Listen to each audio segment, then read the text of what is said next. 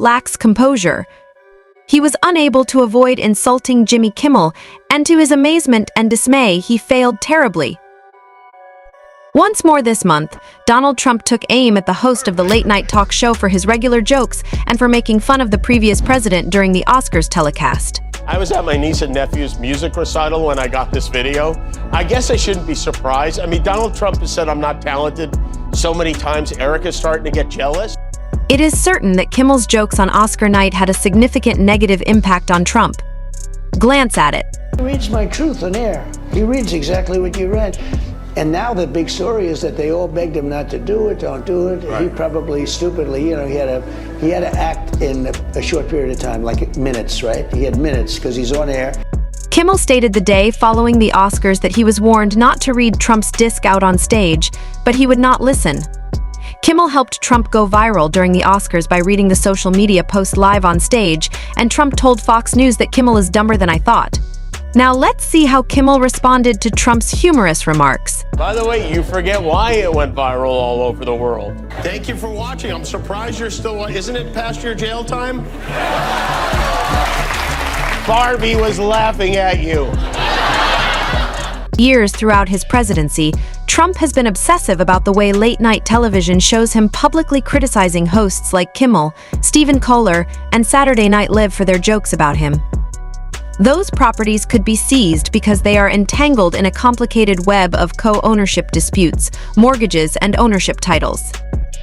The difficulties Trump alleges to be having in getting a bond secured by his properties are similar to the challenges James may have in selling his possessions to pay fines after winning a fraud case involving Trump's real estate.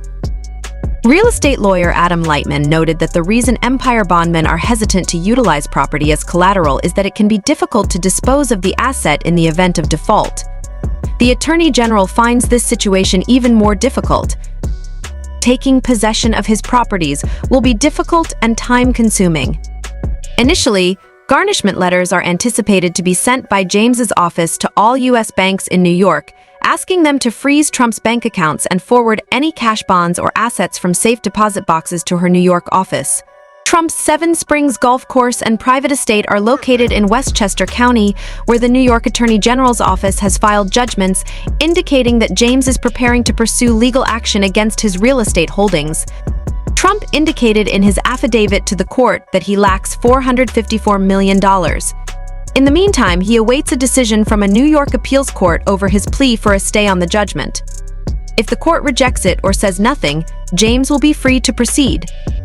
If he doesn't get a stay, the next step would be to confiscate his money and belongings, and I don't see a good conclusion for him, says Mitchell Epner of Rottenberg Lippman Rich in New York.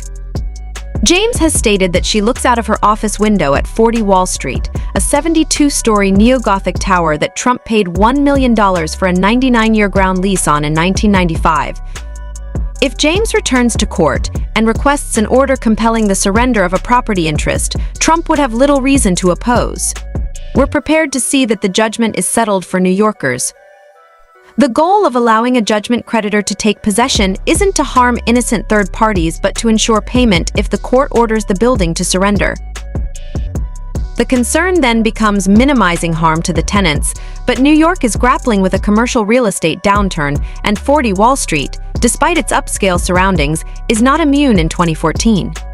James told ABC News with a hint of disdain following the February judgment. However, Epner clarifies that James wouldn't send sheriffs to seal the doors and evict tenants. Though Trump stated in his financial statement that it was worth $550 million, Capital One valued it at $257 million. Since there is about $120 million in mortgage debt, you may be wondering why Trump hasn't posted the bond on official paperwork. Trump's attorneys claimed that he could not secure the bond, which would have required them to obtain collateral totaling $557 million.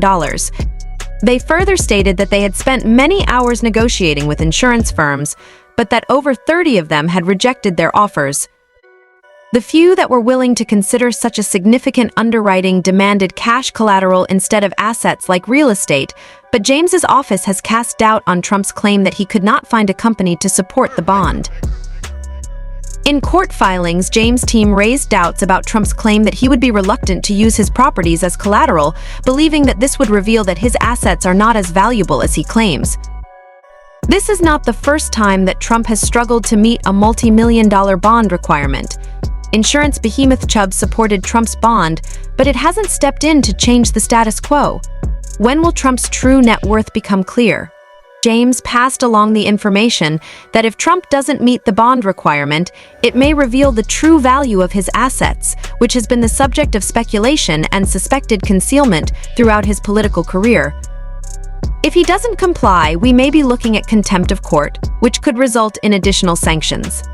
Even jail passes are explained, so things could get worse in that way. What does this all signify in terms of the Trump media merger? The union between the shell firm and Trump Media, although the Digital World Acquisition Corporation provides Trump with a potential 11th hour lifeline in the lawsuit, it hardly ensures that he will be able to satisfy the approaching bond deadline.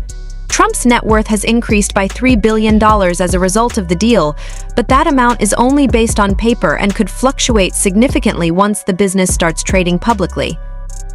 It has been explained that Trump will not be able to sell his shares for 6 months, so the merger won't immediately impact his cash on hand. However, the increase in theoretical wealth could be sufficient to persuade a company to underwrite the $454 million bond, strengthening his negotiating position. It remains to be seen whether what Pazza said will be sufficient for the companies. Please share your thoughts in the comment section below. If you enjoyed watching the video, please hit the like button, subscribe to the channel, and don't forget to ring the bell icon to ensure that you are always informed about any updates regarding the upcoming elections. See you in the following one.